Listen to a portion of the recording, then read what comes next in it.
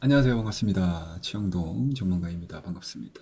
자, 지난 주말 동안에 글로벌 증시를 뒤흔들었던 히토리발, 관세발 리스크로 인해서 글로벌 금융시장이 이거 제2의 또 관세 전쟁으로, 제2차 관세 전쟁으로 확산되는 거 아니냐라는 것들로 상당히 좀 몸살을 앓았었는데 다행스럽게도 10월 13일 월요일 아시아 증시가 오픈되기 전에 SNS를 통해서 나왔던 내용들이 좀 업데이트가 됐습니다. 뭐 그에 따라서 동시간대에 열리는 나스닥 선물, 뉴욕 선대 지수의 선물 지수는 상당 부분 좀 완화되는 그런 모습들을 보여주고 있는 상황들이고, 폴리마켓을 통해서 이제 11월 1일 날 예고된 차이나 쪽 중국에 대한 이제 100% 관세에 대한 확률 자체도 상당 부분 좀 많이 떨어지는 그런 모습들을 보여주고 있습니다.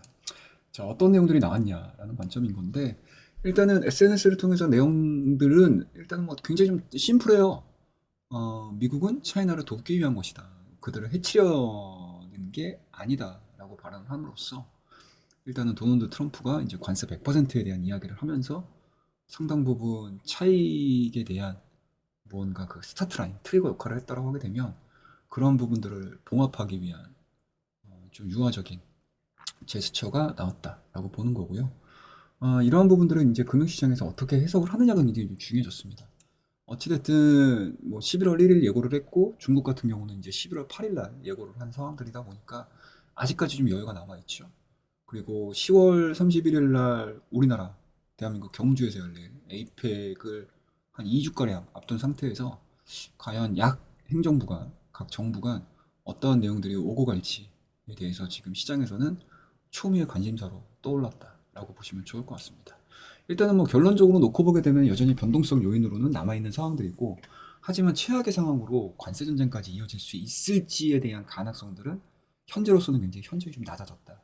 그리고 그동안에 보여줬던 생각했던 것보다 말은 굉장히 좀 세게 하지만 실질적으로 액션으로 취해지는 데 있어서는 뭔가 이제 말의 세기와는 다르게 다른 행동들을 보여줬던 트럼프에 대해서 시장에서는 좀 믿지 않는 듯한 그러한 양상들을 좀 보여주고 있는 상황들이다 보니까 주가에 대한 낙폭은 좀 제한적일 가능성. 다만 단기 랠리에 대한 차익 욕구가 굉장히 좀 강해진 시점인 거잖아요. 그에 따른 투자자들의 뭔가 이제 변심이라고 해야 될까요? 또는 차익을 일단 시켜놓은 상태에서 내가 저점을 잡자, 뭐 변동성을 활용을 해서 저점을 잡자, 뭐 이러한 투자자들도 상당히 조금 혼란을 겪을 수밖에 없는 상황들이기 때문에 주가에 대한 상방 스토리들보다는 좀 변동성을 보여주면서 위아래로, 그리고 트럼프와 시진핑, 시진핑과 트럼프 간에 무언가 확실한 매듭을 짓기 전까지에 대한 움직임들, 시장이 과연 어떻게 반응을 할지 그 부분들을 좀 지켜보는 게 현재로서는 좀 남아있는 숙제가 아닐까라고 말씀을 좀 드려보도록 하겠습니다. 자, 그러면 오전장 속보에 대한 이야기들 짤막하게 말씀드렸고요. 오늘 한 주의 시작을 알리는 월요일 장입니다.